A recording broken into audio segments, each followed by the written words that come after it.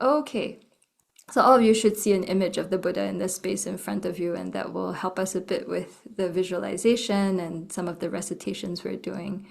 But let's just start by bringing our body and mind into the space that we're in. We'll take a couple of minutes just to focus on our breath, settle the body down, let go of whatever you were doing before this, and then we'll begin the session.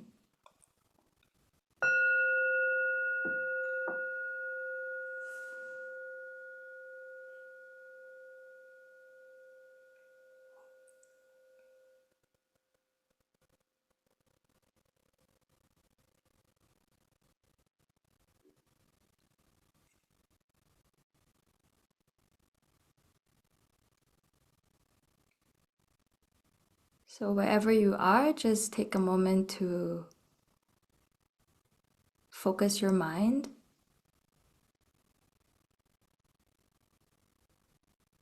And you can do that by lowering your eyes and paying attention to how it feels to have your body in the space that you're in. You can put your attention on the contact of your feet on the ground, how it feels to have contact with your body in a chair or a cushion.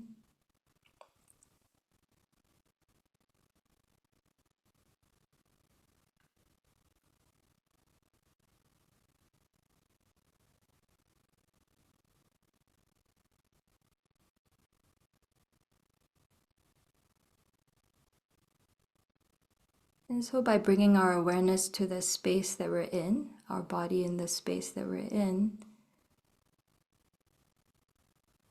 then likewise we want to bring our mind back here to the present moment.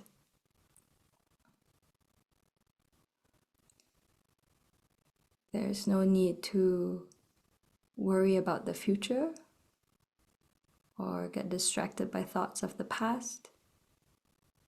That's not happening now.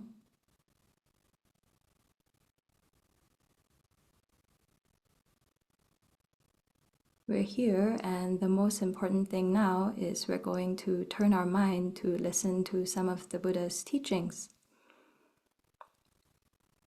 and reflect on how they might affect our lives.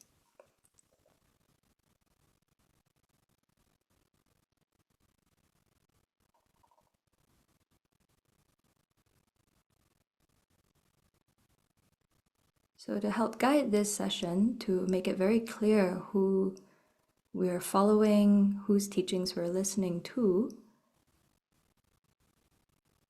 we want to bring to mind in the space in front of us an image of Shakyamuni Buddha, his body made of brilliant light. If you're not familiar with the image of the Buddha, you can, have a look at the one that's on the screen in front. Or if you don't consider yourself Buddhist or you're not comfortable with this practice, just imagine what it might be like to be in the presence of the marvelous qualities of love, compassion, wisdom, embodied in the form of a being made of light.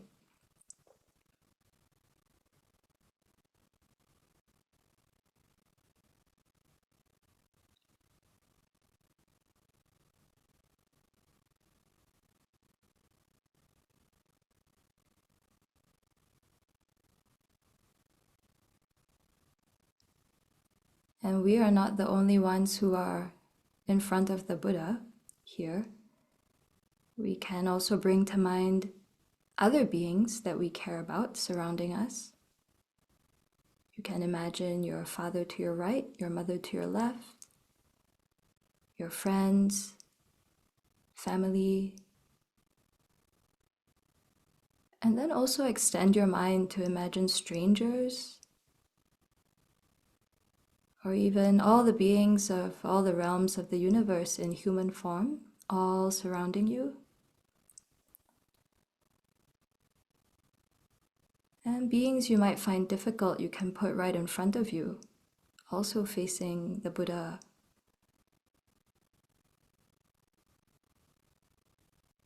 Because we all are the same in wanting to be happy and not suffer.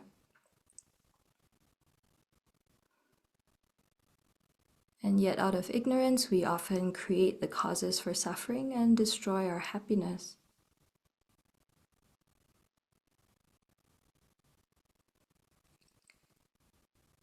So, generating a sense of compassion for all the beings we imagine around us, we can begin by leading them in taking refuge in these qualities of love, compassion, wisdom, embodied by someone who has actualized them in the most perfect and marvelous way.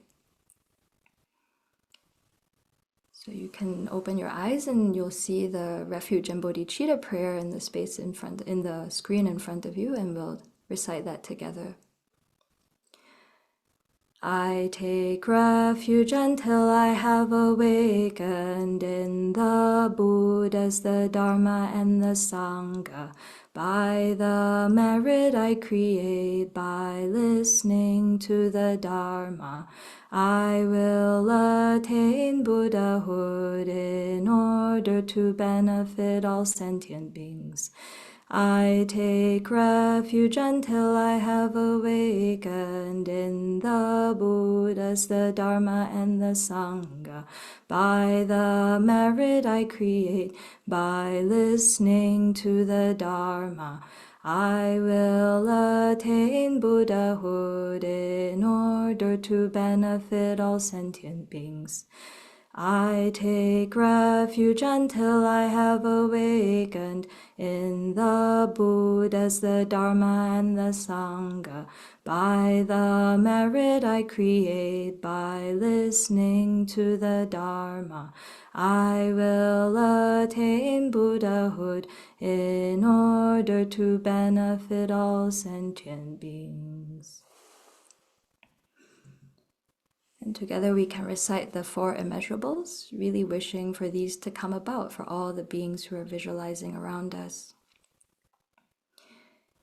May all sentient beings have happiness and its causes. May all sentient beings be free of suffering and its causes. May all sentient beings not be separated from sorrowless bliss. May all sentient beings abide in equanimity, free of bias, attachment, and anger.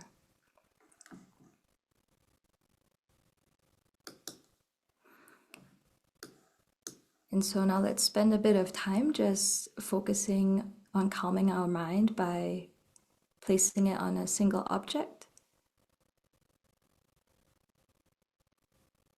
So here you can rest your mind on the image of the Buddha, if that's something you're familiar with, or we can just focus on our breath.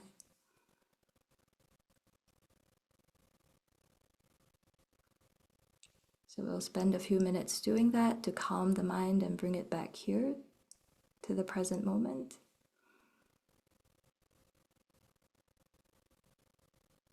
And then I'll set a brief motivation before beginning the talk.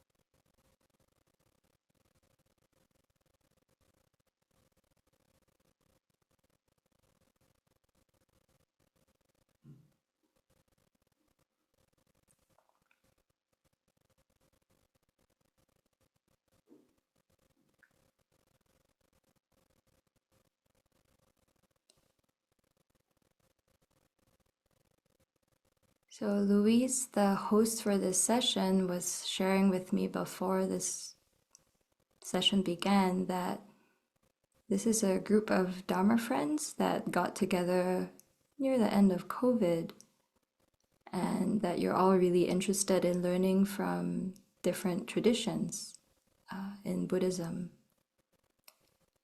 And I think that's something really wonderful to rejoice in. We can see in the world so many reasons why people divide themselves or, choose to cling to a sense of self and my own views. So even just being open to learning from different traditions within Buddhism is a marvelous first step. And it's very much what His Holiness the Dalai Lama encourages all his students to do, right? To broaden our minds and even within the faith, learn from each other. And of course, going beyond that, learning about other faiths is important too. And also holding in our hearts people who don't subscribe to a particular faith, trying to understand how they see the world and how the Buddha's teachings might be beneficial to anyone, really.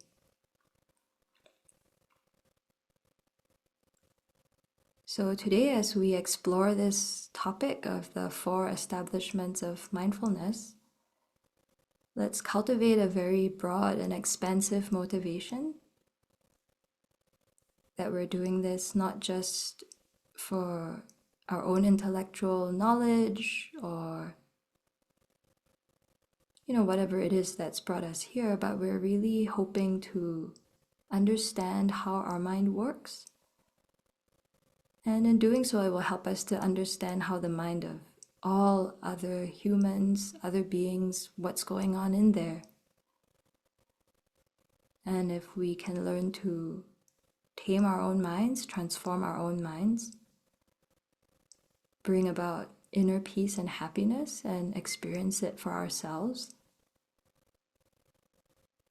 then just like the Buddha, eventually we'll have the ability to share that with others, to help them to understand how to tame their minds, how to create the causes for inner, genuine, long-lasting happiness.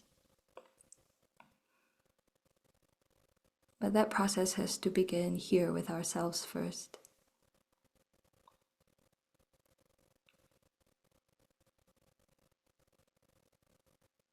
So with that kind of motivation, for myself as well as the person trying to share, may this session be of benefit not just to ourselves, but to all beings that we will come into connection with.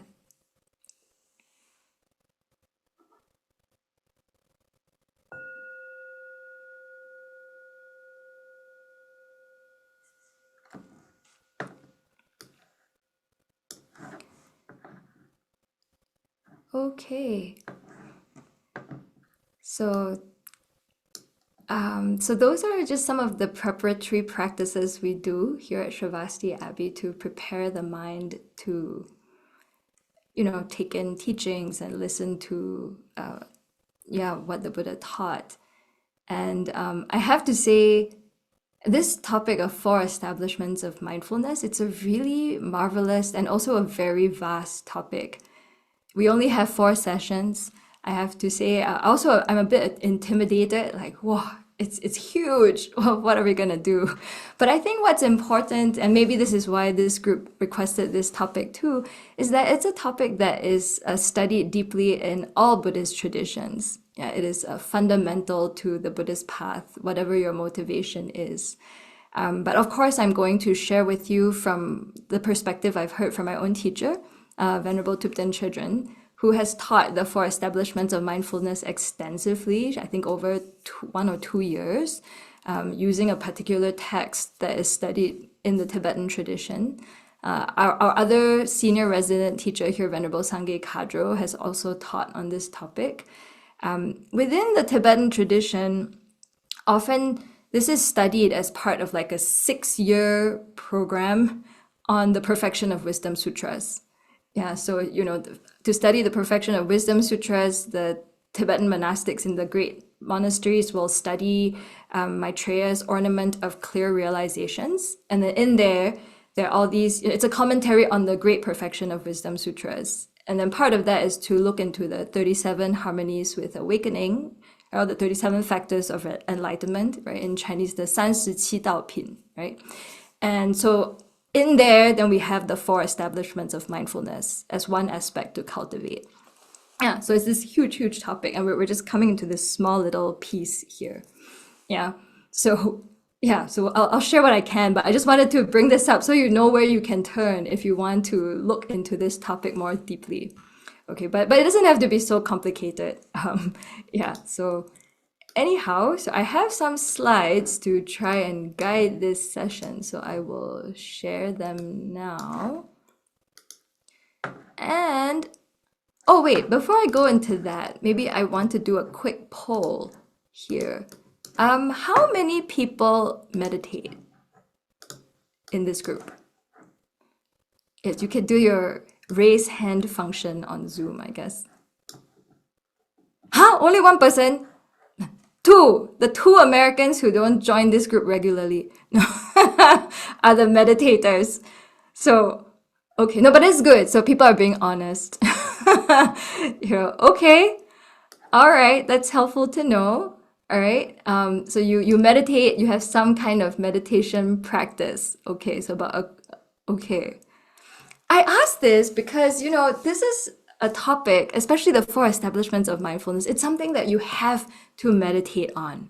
Yeah, like I said, it's a very vast topic. There's a lot of like content acquisition, but the whole practice will not make sense if we do not meditate on it. All right, so I'm going to try and see if we can make a little bit of time for that in the session, okay?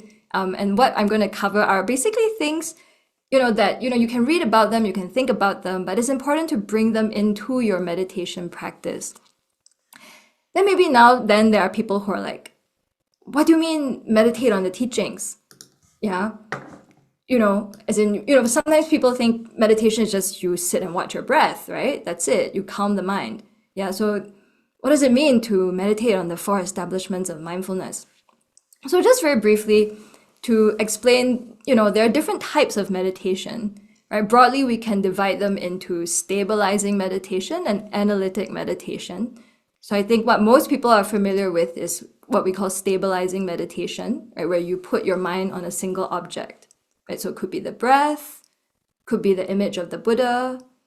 Yeah, and the goal there of stabilizing meditation is to just keep coming back to the same object to calm the mind, right? And that is in and of itself is not a specifically Buddhist practice. Yeah, I think the first time I ever did such meditation, I was in a yoga class myself. You do a lot of physical postures, and at the end you sit quietly and they say focus on your breath, and then you chant Om. And back then I found that very peaceful and very joyful. So I thought, it's very interesting. And why is it that breathing, actually focusing on breathing, I breathe all the time. Yeah, but focusing on breathing somehow makes me feel more peaceful. Why is that? That's how I got curious about meditation at all. Yeah. But so if we just think that that's all meditation is about, then that's a very limited view. Yeah, so today we're going to expand into what we do in analytic meditation. So that's when you, after calming the mind, use the mind to investigate a topic, right? So you're investigating like a topic like impermanence, for example. Like, really? Are things impermanent? I'm going to die? Really? Right? Because I didn't wake up thinking I was going to die today, right? But I could have. Yeah, I could still, right? So you're investigating in a meditative state these different teachings the Buddha gave. Yeah. Am I really impermanent? They say other people are impermanent, really? So why am I so shocked when they die, right? Like, that wasn't supposed to happen. It's like, wait. Yeah. So you can see, right? So in that process of analytic meditation, we start to see like, okay, I'm holding certain views very deeply, and they may not match with reality. Yeah, so analytic meditation starts to help us develop insight and wisdom. So there are two kinds of analytic meditation as well. One kind that we investigate a topic, could be impermanence, emptiness, and the other kind is we're trying to generate a particular state of mind, turn our mind into the object. And so you follow steps to generate love or to generate compassion. Yeah. So I think maybe some of you are familiar with the metta meditation practices, right? If you study other traditions, right? So, you sit, and there are many ways to generate love, starting, wishing yourself to be well and happy, wishing for others to be well and happy, and so on, until your whole mind is just imbued with this sense of equanimous love, and then you kind of focus on that. You join that with the stabilizing meditation. Yeah. So that's roughly speaking different types of meditation. Okay, so like earlier in this session, we already did some visualization, right? So that's another type of analytic meditation, or something that combines both, right? We're reflecting, thinking, using our kind of mental consciousness to bring to mind an image. Then we did some stabilizing meditation. We focused on the breath. And then after that, we haven't done any deeper analytic meditation yet. Yeah. So, okay. So that's kind of roughly giving you an overview of types of meditation and kind of how to relate to these teachings. Okay? You can ask questions later on. So maybe I'll just get into this topic and let's see where we go. Okay. So I thought to start just by looking at the question of what is mindfulness? Yeah, maybe many of you came just because you saw mindfulness in the title. Who knows? Yeah, because it's a very popular topic these days, right? It seems like people are learning mindfulness in all kinds of ways. I'm not sure if this is the case in Singapore, but here in the US, like in corporations, there are mindfulness meditation groups. I met someone who was trying to teach mindfulness to bankers. Yeah, so it's become a popular tool. Yeah, and so I just looked online to see in general, what do people think mindfulness is? This is from the Psychology Today website, right? It says, mindfulness is a state of active, open attention to the present. This state is described as observing one's thoughts and feelings without judging them as good or bad. And I think that's a fairly good definition of what we might call secular mindfulness, right? And it helps a lot in terms of just helping the mind to focus or to calm it down. I think it's very effective in mindfulness-based stress reduction. I personally have not learned that, but I've heard it's very effective in terms of working with physical pain. Yeah, because you are just observing what's the feelings that are arising, thoughts that are coming and going, and you learn not to judge them. Yeah, so you're just holding your mind in this kind of active, open attention. However, why we call this secular mindfulness, not Buddhist mindfulness, is I think this portion here, quote, without judging them as good or bad. So that can get kind of tricky.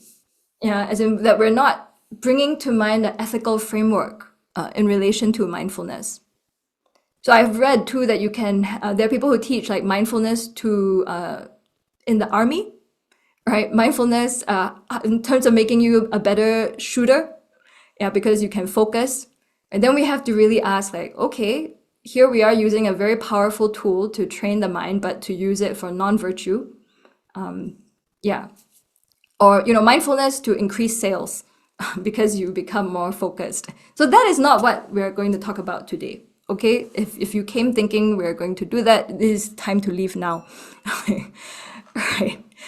Because in Buddhist mindfulness, we do practice with an ethical framework in mind. Yeah, so we are trying to discern what is virtuous, what is non-virtuous, what brings about happiness, what brings about suffering, and where do we want to put our mind in relation to that. Yeah. So next we have this more specific Buddhist definition of mindfulness.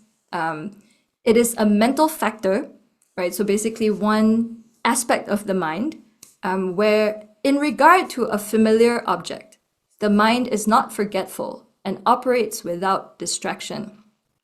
So often you read too, some Some scholars don't like this translation, mindfulness, for the word smrti. I think I'm not sure how to pronounce it, sorry.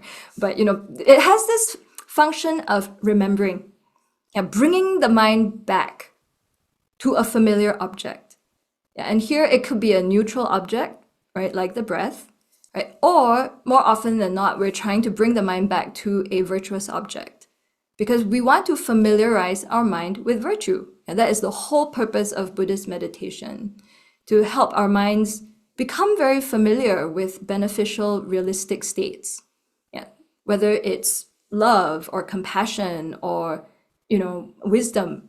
And so that is the whole purpose of Buddhist meditation, to help us to become familiar with these states that are realistic, that are beneficial, and also to help us to overcome the non-virtuous states that trouble the mind, that disturb the mind.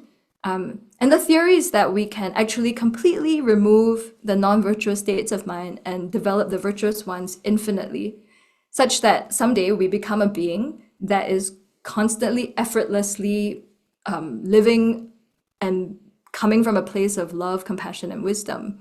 Basically a fully awakened Buddha, who's effortlessly benefiting beings. I say theory because obviously I have not actualized that state, right? But and it's it's something for us to all think about. Can that be done? And that's why we engage in a meditation practice. And so that's kind of the big view, right? But so on the most basic level, we're bringing our mind back constantly to a familiar object, getting very familiar with realistic, beneficial states of mind. And we can do that in formal meditation time, right? We sit like we did just now, bring the mind back to the breath, bring the mind back to the breath, or bring the mind back to the Buddha, right? Or you can do it in your day-to-day life too. And here the familiar object is your precepts, right? Or your own ethical values. So here mindfulness is very helpful. It's like, okay, you're at work and your boss says, can you just forge this invoice? I forgot to put out the invitation to quote for this project. So it's really troublesome to have to go through the whole process. Can I just write the invoice and then you sign it? Yes or no? Good idea or bad idea? Louise, bad idea. Everybody else, Well, I guess that's the first example that comes to mind because, after I took the Buddhist lay precepts, that was one of the first things that happened. I was at work and then my boss said, yeah, I forgot, blah, blah, blah, right? Exactly what I said. He said, yeah, can you just sign? You're the person in charge. Just backtrack and sign this. And at first I thought, I guess I should do whatever my boss tells me, right? And then I was mindful of my precepts. I thought, wait, I took a precept not to lie. I'm like, I guess this is lying. Should I do it?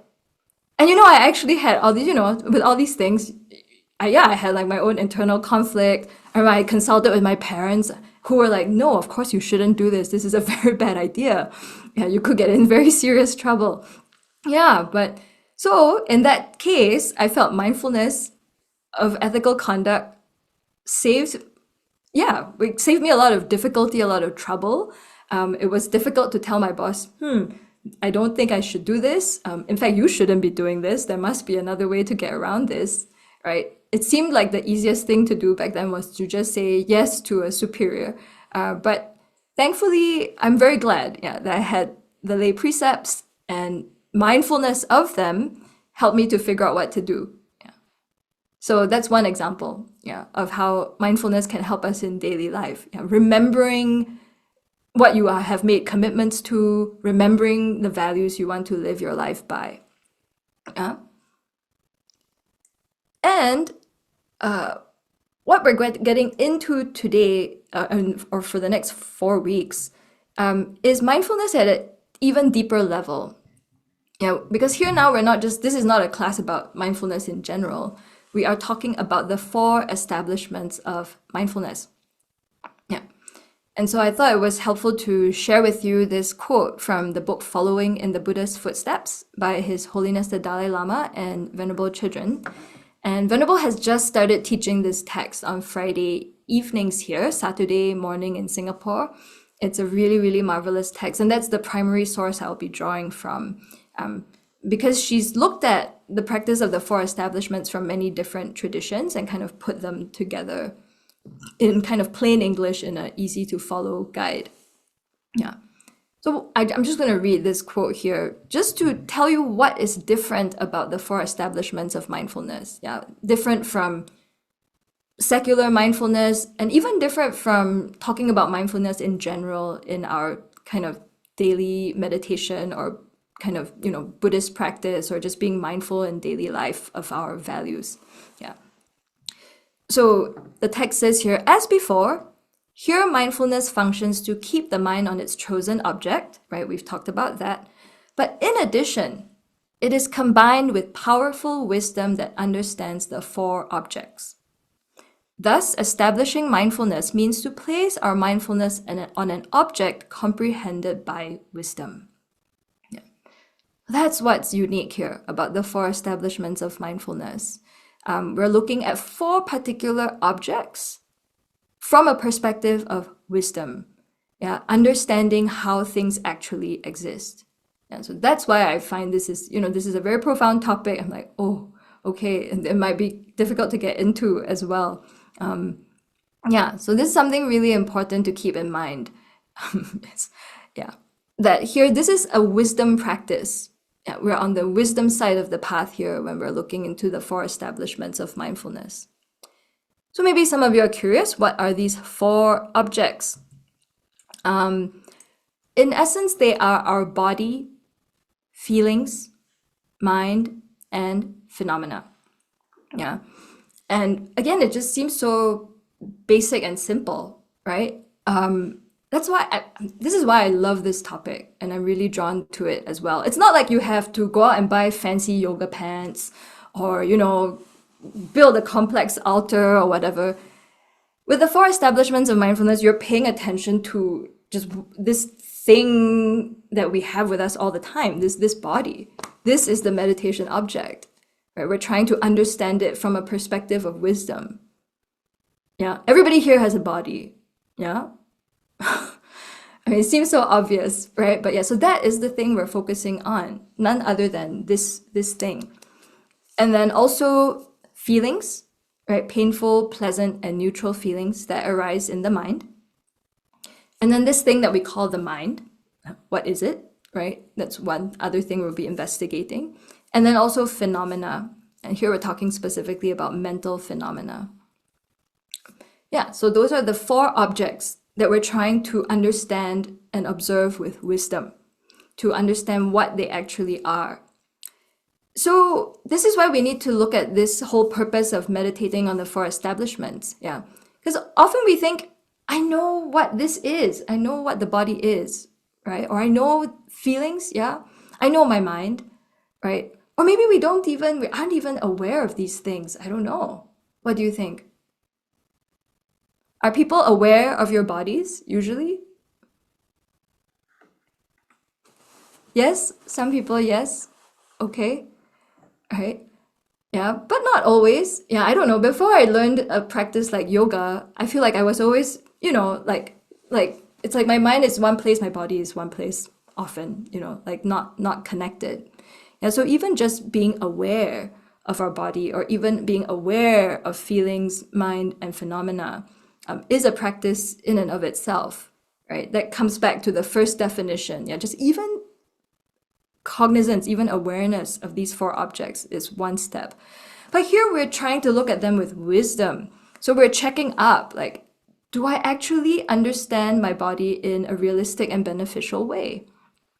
Do I understand my feelings, my mind, and phenomena in realistic and beneficial ways? Yeah. So here the idea is that when we meditate with wisdom on the four establishments of mindfulness, the main purpose is to help us to overcome four conceptual errors. And that's why these four objects are chosen. And here you can see if you think these are conceptual errors at all. Yeah. So from a Buddhist perspective, right, when you think your body is the residence of the self, here's where my self lives, in this body, somewhere. That is a conceptual error. Yeah, or if I think my feelings, these are my feelings. There's a self here. This is the self that experiences pain. This is the self that experiences pleasure. Yeah, that is a conceptual error. Or conceiving our mind to be a real self. Yeah, who am I? I'm my thoughts. Yeah, that's who I am. Yeah. And then conceiving phenomena as what make the self afflictive or worthwhile. So here, thinking, oh, I'm so angry, I'm such a bad person. Yeah, anger makes me bad. Yeah, or, oh, I'm so generous, so generosity makes me good. Yeah, worthwhile in this way. So, when I first read this list, it's like, yeah, but this is how I live. Yeah, what do you mean these are conceptual errors? Where else would I be? I'm here. I have feelings. Yes, I'm generous. I'm worthwhile, right? But so one way I think to kind of approach this is to think, okay, what is the consequence of holding these conceptual errors? If this body is really where my self resides, if I genuinely believe that, then when this body ceases, or when this body gets hurt, what happens? You freak out, right? Especially at the time of death, right? This body is gonna end. But this body is me. So if the body ends, what happens? Where do I go? I'm gonna lose this body. Wait, what? There's so much pain and suffering that actually comes about if we think this is where the self resides. And then as we'll see through the meditations that are described, you have to check, like, if you really think you're your body, where are you in the body? Are you your head? Are you your brain? Right? Am I my right arm? My left arm? And then, serious problems, right? If my right arm gets cut off, for whatever reason, it's like, I'm not me anymore. Is that true? Yeah, so so thinking like that helped me a lot. Like just checking out, like, what are the consequences of holding these views? I had a thought. Oh, it's run away now. Okay. Anyhow, yes. So think about that. The problems of believing that you are your body. Yeah. And then we'll do some of the meditations described. Yeah, to check up where could this self actually be. All right, so I remember this. Yeah. The example Venerable Chodron often gives, which I think is very effective, is to think about the person you love, right? Or someone you are so in love with. And you ask, are you in love with their brain? Right? Are you in love with their stomach? Yeah, if they are their body, you're like, oh, they're so good looking. Right? But if you take them apart, yeah, or you like ask them to, put their brain on a table, it's like, is that who you love? Is that the person? Yeah. Okay, so that's number one. Yeah, some of the problems that arise of holding these conceptual errors. That's something for us to think about.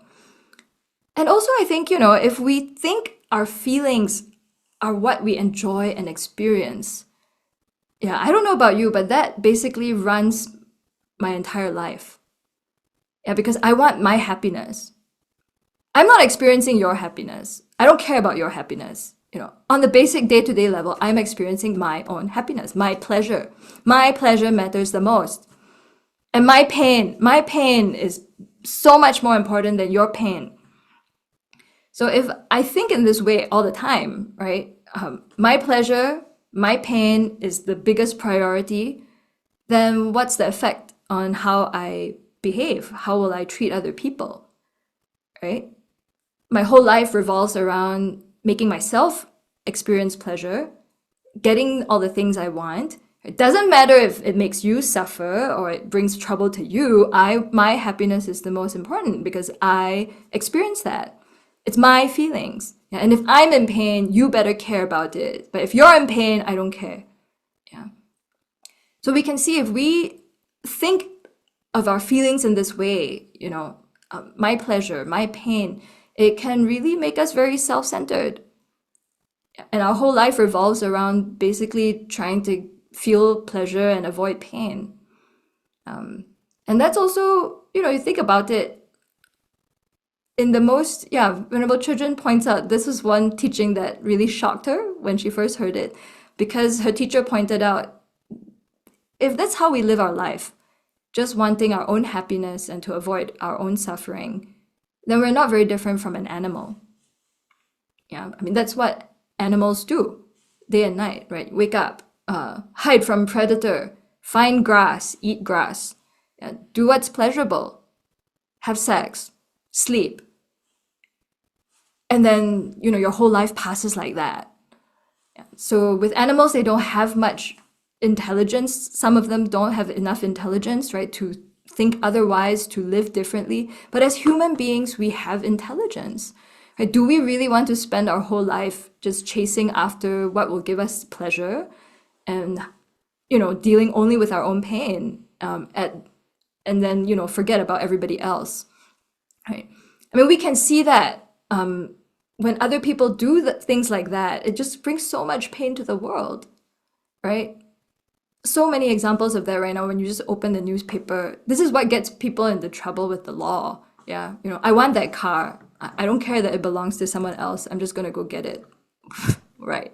Yeah, or, you are harming my people, so we need to harm you back. Yeah. So, yeah, once we are attached to our feelings in this way, we conceive them to be what a self enjoys and experiences, it can bring tremendous suffering, both to ourselves and others around us. And the third is conceiving our mind to be a real self. So this is the really, really tricky one, right? So, as you progress in your meditation or in your contemplation, it's like, okay, if I'm not this body, then I must be my mind, right? There's someone who's thinking, some uber mind. I don't know. That's where the person is. My real self is in the mind. But again, as you'll see, so we'll check up on this in the coming weeks. Yeah, if I'm my mind, which mind? The angry mind? The happy mind? Is that me? Am I always happy? Yeah, can I find this mind that I think is me? Is this self? Yeah. And again, if we cling on to our mind as the self, does that bring certain difficulties as well? I think for me, so this is tied to number 4 too, right? Thinking of certain mental phenomena as what makes yourself afflictive or worthwhile, right? So having certain mental qualities as defining who you are. For me, I experienced this very palpably when I had a concussion, some years back. And, I'm very attached to the idea that I'm intelligent. I'm eloquent, right? I'm smart, I can think, all these things, that's who I really at some gut level think that's who I am. So when I had a concussion, it was like, oh, okay, I can't really function at the mental level I want to function at. It was a huge shock, and it was an excellent preparation, right, for aging, right, for the time when you start to lose your memory, you start to lose your mental faculties. When I was recovering, I couldn't read or even listen to a teaching for more than 30 minutes. I would just get so tired. It's like, oh, okay, it's too much mental stimuli. And for a while, I was in some distress, right? What if I never get my ability to think back or, But, it was not under my control, right? I can't make myself heal more quickly.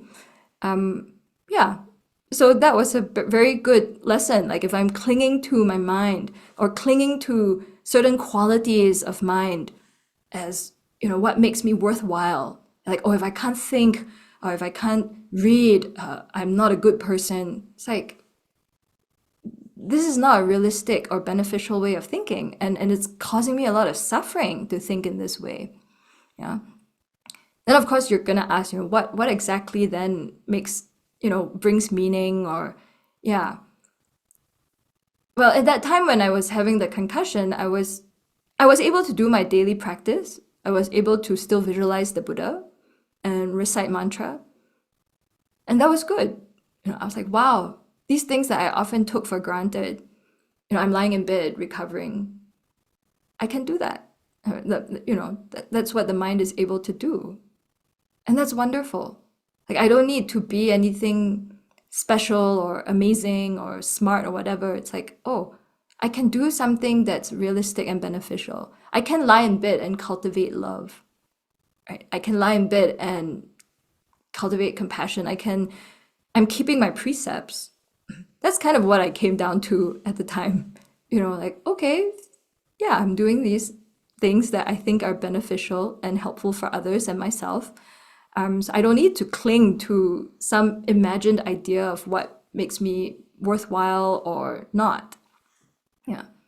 So that's kind of an example from my own lived experience. But so here you can think about it, are there certain qualities of mind, that you cling to, that you think make you who you are, right? Or the opposite, right? You have them and you can't stand it. Yeah, people who think, I'm just so angry all the time, that's who I am, I can never change. Yeah, and once we believe that, yeah, it can cause us a lot of trouble. Right? If we think we can't change our mind, that's who we are. Or, most likely we'll think the same thing about others, right? That's who they are, they can't change. They're always angry. Then what? Yeah. It's just think about the kind of long-term consequences of that, right? It kind of shapes even the whole legal justice system, right? If we think people who do certain things or they think a certain way, they must be bad and they cannot change. So we must lock them up or, never release them ever again. Yeah, these are founded on this kind of conceptual beliefs, right? They have actual impacts on how we live our lives and how we organize our societies. Yeah. So that's, these are some of the conceptual errors that we're trying to work with by meditating on the 4 establishments of mindfulness. So this is just a general overview. We'll get into each one specifically with every week. Here too, why we choose these 4 objects is that they help us understand karma, or basically, how actions come about. Yeah, the Sanskrit word karma mainly just means action. Yeah, but here we're talking about actions that have a long-ranging effect, whether in terms of our happiness and suffering in this life or in future lives. Right? So if we learn to be mindful of our body and use it in wise ways, right, that affects all the actions we create, right? So we are checking up, the body as the chief object involved in our actions. We're paying attention to how our feelings drive our actions. Yeah. So again, you can just check up every day. Yeah. How does the body and mind interact? Yeah, the mind creates certain thoughts arise, and that drives our body to engage in certain actions, right? And often it's in pursuit of a certain feeling. Yeah.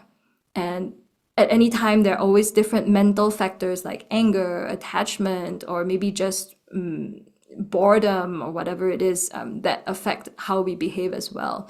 So, as we learn to meditate on body, feelings, mind, and phenomena, that can help us, figure out what is driving our behavior and how to make decisions with wisdom or compassion. Yeah. I think what's coming to mind for me is, we've been talking about at the Abbey, just a very basic example of just looking at the thoughts you have when you wake up and the first thing that you do.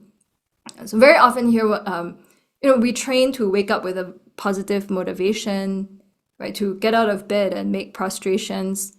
But very often, I think the first thing you want when you get out of bed is like a cup of tea, right? Or water, or maybe in Singapore, Milo, I don't know, whatever it is. So, that's a simple thing you can do to check up. Yeah, what's the first thought you wake up with? And how does that affect your morning? Is your first thought, oh my God, it's too early? Or, I've got to turn off the alarm. Or, did they message me? I guess people who sleep next to their phone. Right? I think that's a very dangerous thing to do. I don't know. It's like the alarm goes off, and the first thing you do is you turn and you look at this phone and like what messages are coming in today, right? Before you even get out of bed, or you just lie there for hours scrolling. Like, how come they messaged me? How come they didn't message me? So just pay attention to that. Yeah, in just even the first few minutes of waking up, what are your thoughts and how does that affect your mind, your feelings, and your body? That's one very, very simple way to do this practice, just upon waking up. Yeah, and see how that goes. Okay. And then just to conclude this kind of general overview before we get into some specifics, this is a practice that actually helps us to understand what we call the four truths. Right, so here we have the four truths for Arya beings. Often those of you who are familiar with Buddhism already, right, you know the typical term that's used is Four Noble Truths. But I think a much better translation from the Sanskrit and the Tibetan, and also that Venerable Chodron favors, is truths for Arya beings. And often she says, there's nothing noble about dukkha, or what we call unsatisfactoriness or suffering. Yeah, so why do we call that a noble truth, right? That's, there's nothing noble about suffering. Instead, why we call them truths for noble beings or truths for Arya beings is that beings who have realized the nature of reality hold these to be true. Yeah, so it's beings who are Aryas, beings who are noble beings, who see that things are unsatisfactory, right? Who see how these are, where the causes of unsatisfactoriness arise from. It's noble beings with a direct realization of the nature of reality, who see that we can actually put an end to our dukkha or unsatisfactoriness, and they see the path to do that. Yeah, so these are truths for noble beings. What is true for ordinary beings, right, is something else. Yeah, we think that what is dukkha is pleasurable, right? We think the body is this wonderful thing, right? So that's the first piece. Yeah, you think, and it helps us to overcome this misconception that the body is beautiful and clean and wonderful, right? And then you're just checking up, how does it exist? Yeah. So maybe now, sorry, I'm just checking, did half the class already drop out, right? Like, huh? What do you mean my body is not beautiful or it's foul? Right, so we'll talk a bit more about that later, but we're just checking up, like, do we actually have a realistic perspective of this body? Or does it actually cause us a lot of problems? Just look at everything that comes out from the different parts. Is that something that's wonderful and delightful? Or is it unclean? All right. So, and the same applies to so many other experiences we have, that you think, oh, this is like the best thing, but it actually changes or it comes with a lot of problems, right? So just check up, all these different conditioned phenomena, can any of them ever bring everlasting true happiness, right? Or do they also come with problems and do they change? So here we're using the body as the object, right? Like I said, because it's so immediate, right? It's right here. It's not like you have to go and look for something to study. It's right here. You can look at what you have right here and check up. Am I looking at this realistically or not? Yeah. And the idea here is that if we observe the body with wisdom, it will help us to understand the noble truth of dukkha, right? That to realize that, this body actually is not ideal. It's impermanent, it's changing moment by moment, it's not clean. And then we have a more realistic relationship with our body. Right? It doesn't mean that we hate it, but we just see it in a more realistic way and have a better sense of how to relate to it. Yeah. And then next, when we look at our feelings, that helps us to understand the second truth of how dukkha arises. And, the origin of dukkha, what is actually, so unsatisfactory, it comes from constantly craving what is pleasurable. Yeah. So these feelings that we have, right, we're always running after what's pleasurable. We're craving them all the time, craving pleasant feelings, pushing away unpleasant feelings. And when we have neutral feelings, we just get bored, right? And that's how our whole life what our whole life revolves around. Yeah. I mean, so to check up if that's true for you or not. Are you driven by all these different feelings, and do they bring you genuine happiness or not? Yeah. So here, the misconception is we are holding what is unsatisfactory in nature as pleasurable. Yeah. So actually, all these feelings changing moment by moment, you think this feeling is so wonderful, and then it passes, right? And I think a good example of this is, when you get addicted to anything really, whether it's, I mean, the grossest example would be addiction to drugs, for example, right? You get the hit, right? You think this is the most marvelous feeling, and then when you stop taking the drug, then it's a huge crash. And then you're just suffering, looking for that pleasure again and again. Yeah. So that's when we observe, different types of feelings. They should help us to understand, wait, this is how I'm actually creating is completely unsatisfactory situation. It's not bringing about happiness. And then when we meditate on the mind, it helps us to see that cessation of suffering is possible, right? So the mind, changing moment by moment, has the potential to transform. It's possible to transform the mind. It's not some fixed entity. We're not forever going to be overwhelmed by craving. There are actually ways to relax from that. There are different antidotes. So, once we start understanding the nature of the mind, that helps us to see that it is possible to overcome an unsatisfactory state without having to go out and buy donuts or to buy a new car, right? This is something we can actually accomplish by training our mind. And then that takes us to the last, the fourth object, right? When we meditate, when we have establishment of mindfulness on phenomena, then this helps us to recognize the truth of the path, what to practice and what to abandon. Yeah. If it's possible to train the mind, if it's possible to generate causes for happiness in the mind itself, right? Then what do we need to do, right? So here, so this helps us to see, that these phenomena are not the self. We can cultivate certain qualities and we can overcome afflictions. Yeah. And here we'll get into, what exactly do you want to focus your mind on? Yeah. And helps us to realize our potential to become fully awakened. Okay, so that's kind of just a general overview of these four establishments of mindfulness and why we meditate on them. Right, like I said, this is the wisdom side of the path. So we're trying to generate insight into how the body, feelings, mind, and phenomena exist.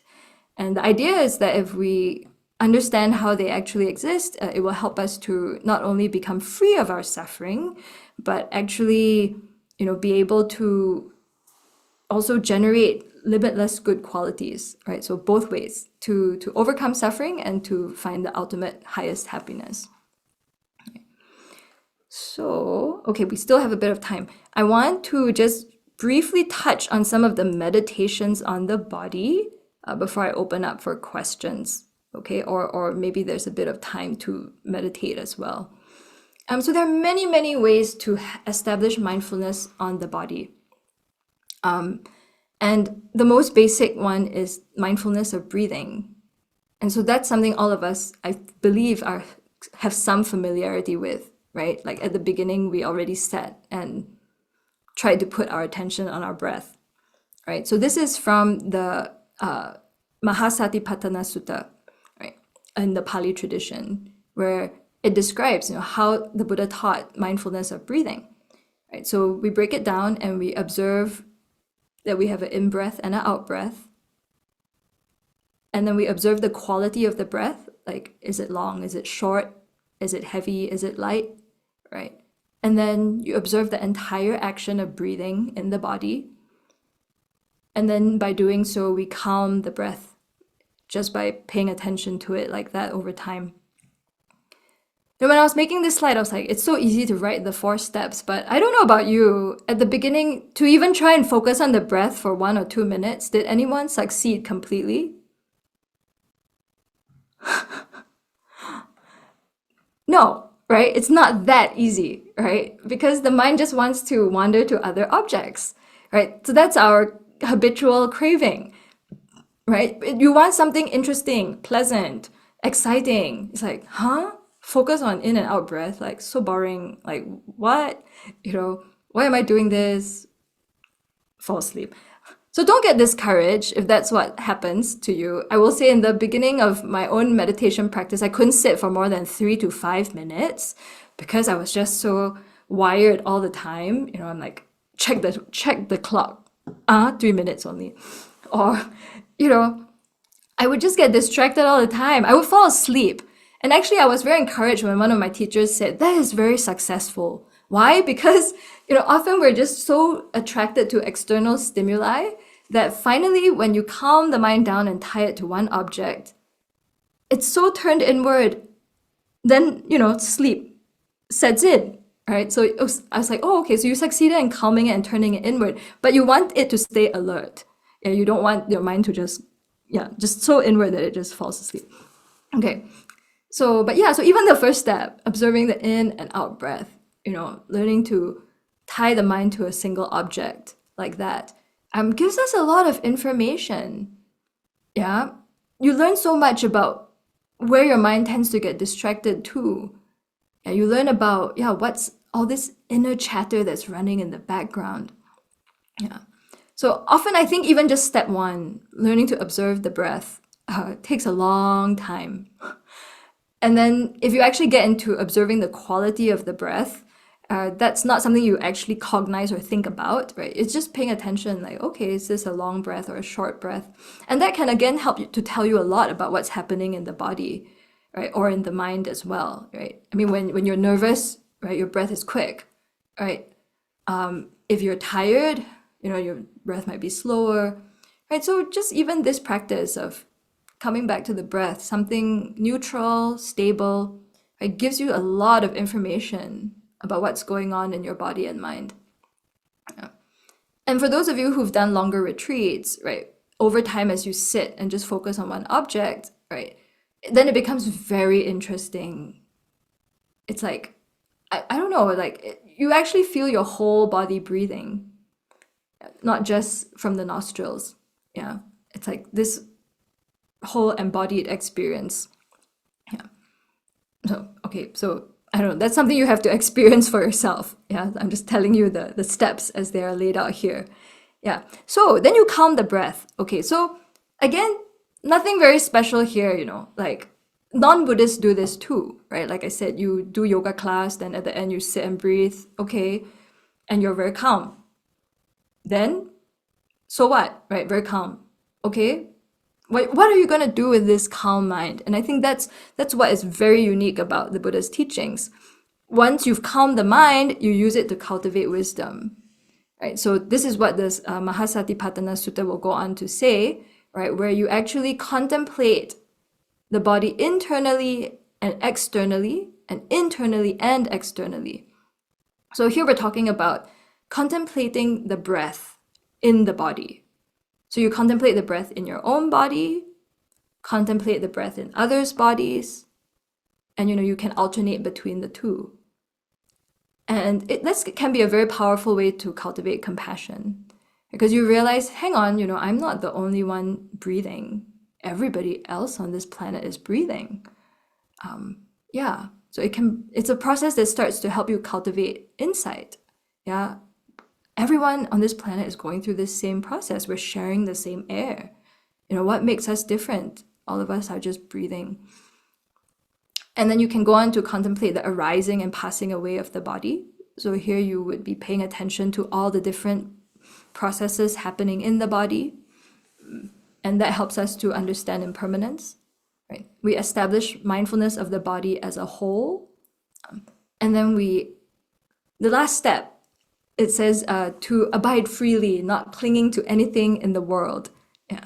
So anyhow, it's a lot of steps. Maybe it's a lot of information, but I just think it's amazing that the Buddha taught how, just by focusing on this seemingly very simple object, something we're doing all the time, breathing, right? Not only does it help us to focus, right, to actually just settle and turn away from the constant distraction to what's pleasurable or painful and so on. But then once you do that, you can actually contemplate the nature of reality just by focusing on the breath, to check up what's going on in the body as I breathe, what's going on in other people's bodies as they breathe, how do I exist? Yeah. So that's one method of being mindful of the body. Another one is to be mindful in the four postures, right? So maybe some of you are familiar with walking meditation, right? That's taught in many different traditions too, right? So you're mindful of every step. You can think lifting, pushing, dropping, right? Or you count the steps as you walk. So again, you're just trying to pay attention to what's happening to the body as you move in space, as you sit down, as you stand, as you lie down. I've actually not ever done the lying down mindfulness, I will say, maybe because I would just fall asleep. I mean, I've heard people talk about how they have teachers who have taught, mindfulness in lying down. Yeah, but, so here, basically we're trying to take our mindfulness of the body off the cushion as well, to just check up, okay, what's going on in my body as I'm driving the car? Am I tense? Yeah. As I'm walking to work? Yeah. What's going on there? Maybe this is the one that's the most well known, where you are mindful of the foulness of the body. And here you actually take apart all the different parts of the body and contemplate them one by one. In the sutras, it says, as if looking in a bag of beans. Yeah, the Buddha says, you're opening the bag and just looking at all the beans inside in this very objective way. And so here we actually take apart the body in these different sets, to look, what is this thing I am so attached to, right? The body. So you just look at the head hair, the body hair, the nails, the teeth, the skin, and so on. So, people would memorize these and you go through them step by step by step. In retreat, we had this big anatomy book and we would look at every single part. Yeah, and it can be very sobering for people, who you've just never really looked at your body in that way, right? It's like, what's under the skin? Oh, it's muscles, it's tendons, bones, marrow, kidneys. Yeah, they're functioning all the time, but I'm just not paying attention to them. Yeah. So, you visualize all these different parts, and you do it repeatedly. And you can do it for yourself and then also for others. And the main purpose of this is to kind of reduce our attachment to this body, by reflecting on all its parts and how it actually exists. Okay. There's also mindfulness of the elements of the body, right? So here you break up the body and you look at it in terms of earth, water, fire, and air. So these are the traditional description of the elements and that make up all phenomena. So, you're thinking about the earth element in the body, what is solid, what is hard. Right? You're paying attention to the water element, right? The blood, the saliva, what's flowing, heat, and then also air in the body, all the space. So that's another way to meditate on the body. And then the last is to do another method, not the last, there are others too, is to do what are called the 9 charnel ground contemplations. So you look at the result of having this body, what it will eventually become. And so here, the Buddha describes looking at a corpse devoured by animals, and then eventually a skeleton, and, the skeleton disintegrating, the bones, and eventually all the bones crumbled to dust. Yeah. So again, to remind us, for all the time and effort we put into this body, this is what it will eventually become. Yeah. Okay. So I think here, so these are just some ways of practicing the establishment of mindfulness on the body, by remembering that this is how we're trying to look at the body with wisdom, from a realistic perspective, to help us to overcome our attachment to the body that can bring a lot of suffering, or waste a lot of time. And so instead, we're trying to relate to the body in a realistic way, as a vessel for our practice, as a way to, to benefit others, to use it in a helpful way instead of being obsessed with it. Okay. So I thought to pause here briefly for any questions, comments, just to see where people are. And then if there's time, we'll do meditation. But if not, that's okay. So I'm just going to stop share for now. And please feel free to type in your questions in the chat box, to raise your hand, just so that helps me to know where people are.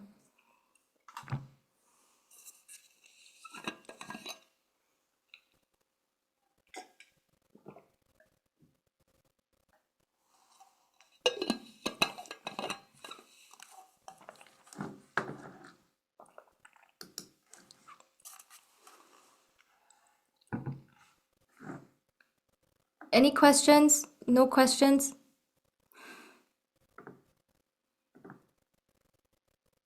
Overwhelmed, confused, puzzled?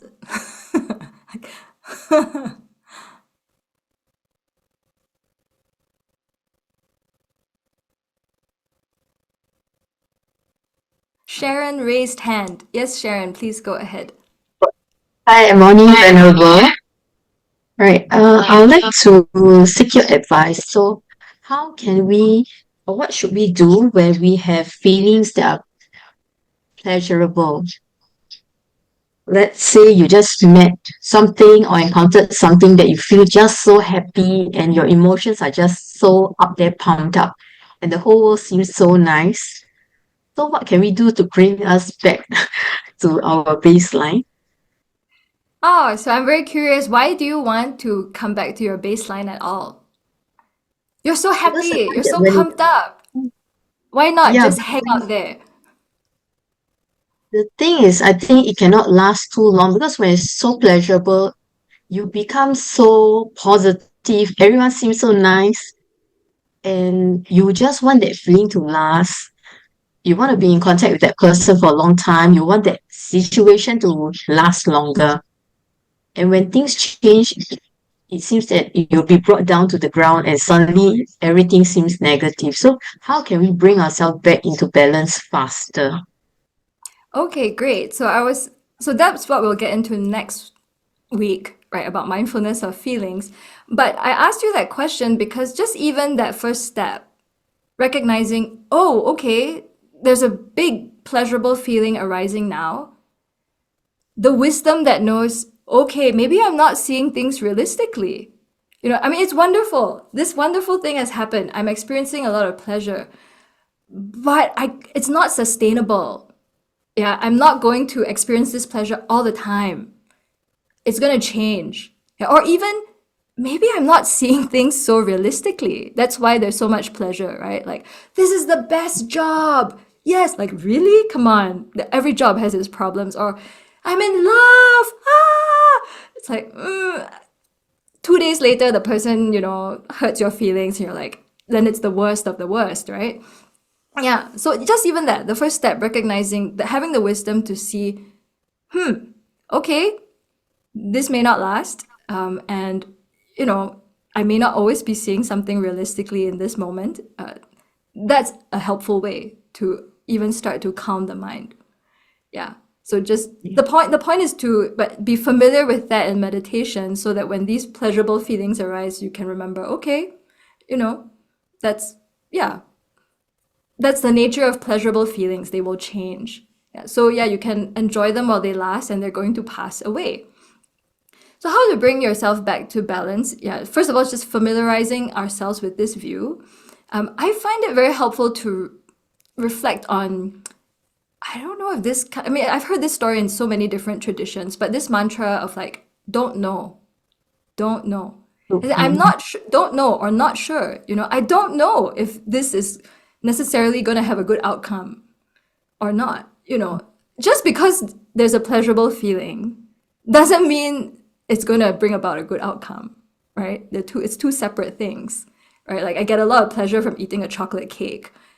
Is that going to necessarily have a good outcome on my health?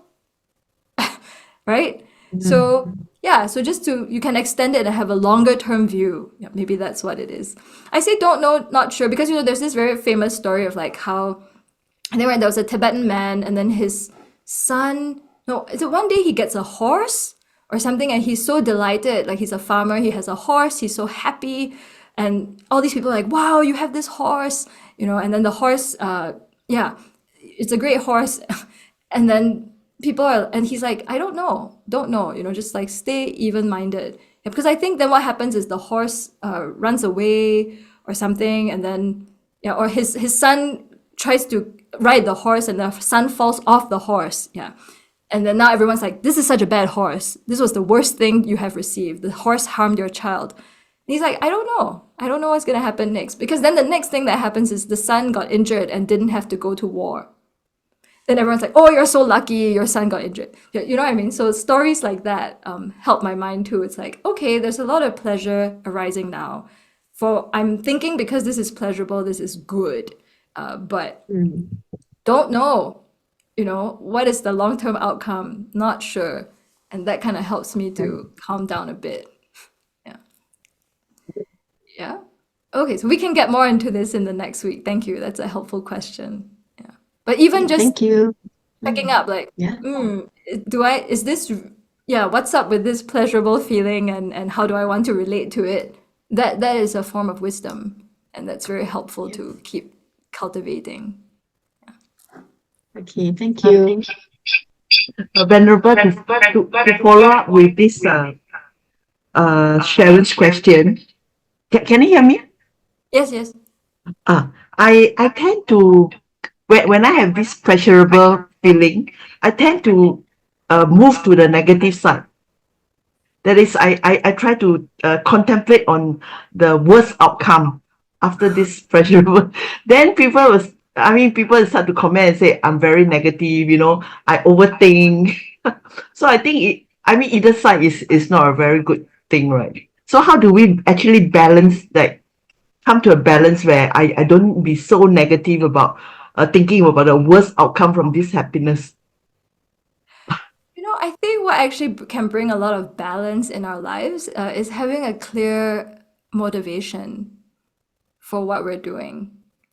So if our whole motivation in life is, I want pleasure and I want to avoid pain, yeah, then you just keep yo-yoing between the two, right? It's like, then you, okay, wow, so much pleasure, then maybe you chase after it all the time. Then you get the pleasure, then, oh, I might lose it, it's so fearful, worst case scenario. What do I avoid? So you're just caught in this yo-yo. But what if your motivation for life doesn't revolve around just having pleasurable feelings and avoiding painful ones? Are there other possible motivations that we can cultivate, right? Like, I want to avoid harming others, right? So even if it's very painful to refrain from something, if it's not going to harm them, that's something that I want to do. You get what I mean? So you reframe your motivation. Oh, I want to do something beneficial for others. So boy, it's going to take a lot of energy and effort on my part. Maybe I have to do something I don't want to do, but I don't care about that painful feeling because it's going to benefit other people. We've all had that experience, right? Like, okay, I want to benefit others. I feel this is beneficial for the whole group, so it's okay if I suffer a bit, right? Yeah. So you can check up, if you shift your motivation, I feel then that often helps me to stop being caught in this yo-yo, so yeah, and it just makes my life a lot clearer, and it helps me to stay balanced because, whether something is pleasurable or painful, that's really not the point. Yeah. I want to come back to what is my motivation, what actually brings meaning in my life. So that's something to think about. Okay. Thank you, Venerable. I think there's one question in the chat. Okay. Okay. After we could calm the breath until very soft, like there's no breath, what to observe next? Thank you. I just wonder here a bit like, okay, so maybe like, have you actually lost the object? Because yeah, as you sit and you breathe, the breath becomes very, very calm, and it can get very, very subtle. And sometimes I think it's easy to lose the object, right? Like, yeah, it could be that you have to come back to, focusing on the breath at a subtler level if you're trying to cultivate deeper and deeper concentration on the breath. But if you are doing a practice to cultivate insight, I would say, yeah, so sorry, so it's two things. Yeah, so if your focus is just on deepening your concentration, you're like in a long retreat, your focus is come back to the breath, come back to the breath, then you need to check if there are actually afflictions arising there, like very subtle distraction, very subtle laxity, that's making the breath unclear in your meditation, right? So you think you've lost it, you've actually lost the object. Yeah, your mind is actually unclear, it's hazy. So you need to actually brighten the mind and come back to trying to find the object again. Yeah. At least that's been in my experience. Sometimes if I'm just focused on trying to cultivate deeper concentration, at a certain point, I think, oh, so calm, peaceful, but the mind has become very dull or lax. Yeah, it's actually not focused on the object. If your mind is very focused and alert, the object is very clear. Yeah. So that's one aspect. But another aspect is, if you want to observe something next, right, your mind is actually very calm and stable, then you can do the next step in those slides that I showed, and I guess I'll share them with all of you. It's to go into what is the nature of the breath? What is this thing I'm calling breathing? Right? Observe the breath internally. Okay, what's going on internally? What are all the organs involved?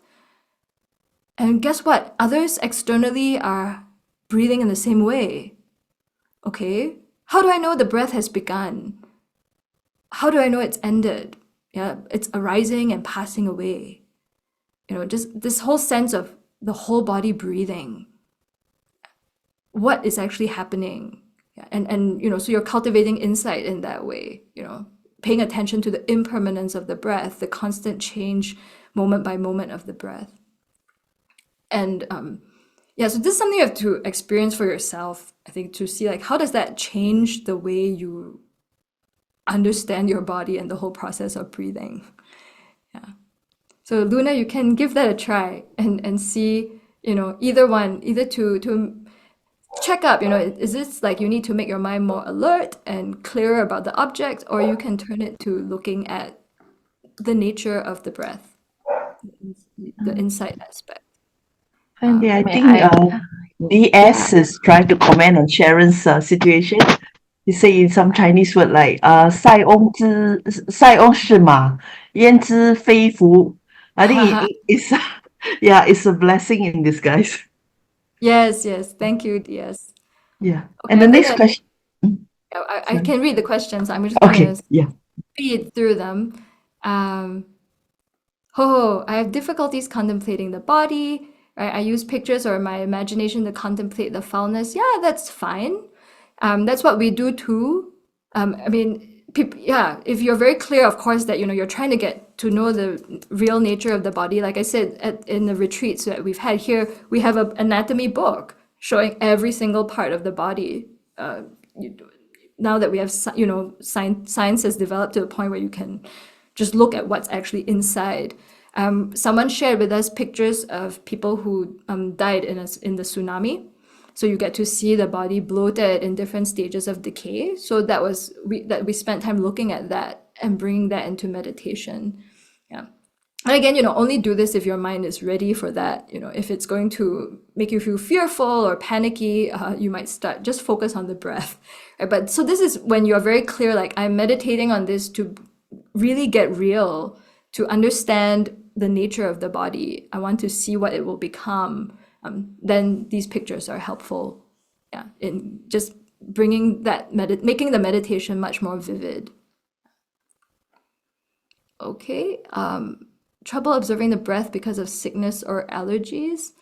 I feel like Venerable Chodron gave a good response to this before. that I'm not remembering, because she has a lot of allergies herself. She always jokes that, if she will be enlightened with a tissue box in one hand, right? Because she's always blowing her nose. So yeah, you can do your best to come back to the breath. But as you have seen, there are many other objects to cultivate concentration on too. So I think one of our nuns, maybe because she has allergies, you can focus on the image of a Buddha. That's another meditation object to get familiar with.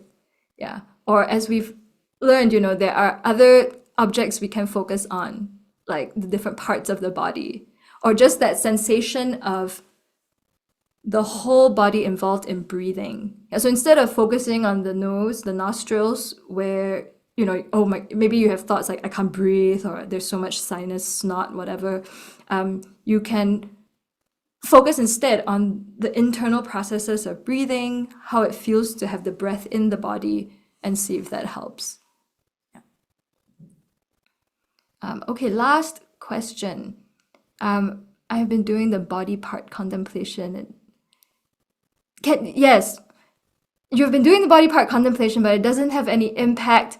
Once you get out of the meditation, everything is back to normal. That is totally normal. Why? Because we are so habituated to seeing our body in an exaggerated, pleasant, attractive way. So don't feel discouraged. It just takes time. I will tell you, the first time we set a 3-month retreat on 4 establishments of mindfulness, I think the whole first month was just everybody dealing with the meditation on the body. I feel like every Q&A, people are like, why? Is it foul? No. Yeah, there was a man who was like, I love my wife. I love her hair. Why are you telling me her hair is foul? We're like, we're not telling you that. So the whole retreat was just people struggling with this body part contemplation, because we're so habituated to seeing the body as attractive or exaggerating its good qualities, that when you turn to, calm it down, look at its parts, or even, look at the parts of the person that you think is so attractive, and you do the meditation, but without that kind of strong focus and concentration, or like strong repetition, you come out and it's like, oh, they're so beautiful, right? Or you look at yourself, oh, I look good. Or maybe I should cut my hair in this other way, right? The distraction happens so quickly. So yeah, don't get discouraged. It just takes a repeated practice. And also over time, as the mind gets more concentrated, then the insight becomes more stable. So it has to be both.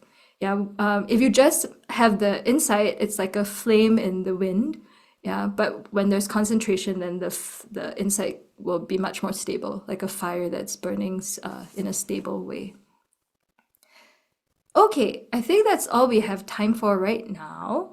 I thank you for all these really great questions. It gives me a good sense of what this group is interested in. So the next week, we will do some of these meditations that I've gone into, and we will then go on to the mindfulness of feelings. But maybe let's, I just want to say the very simple homework, right, that I asked everyone to do, and let's see what comes up for people, especially for people who don't have a formal meditation practice. This week, just try and pay attention to what is the first thought you have when you wake up. And what are you doing in the first 5 minutes? Yeah, so just pay attention to that process. Okay, what thoughts arise? And how do those thoughts or what feelings come up when you're waking up? And how does that affect what you do with your body? Okay, and so we'll come back next week and see what people observe. Yeah. And of course, if you have a formal meditation practice, if you are doing these meditations, that's great. Please continue to do them and bring any questions you have.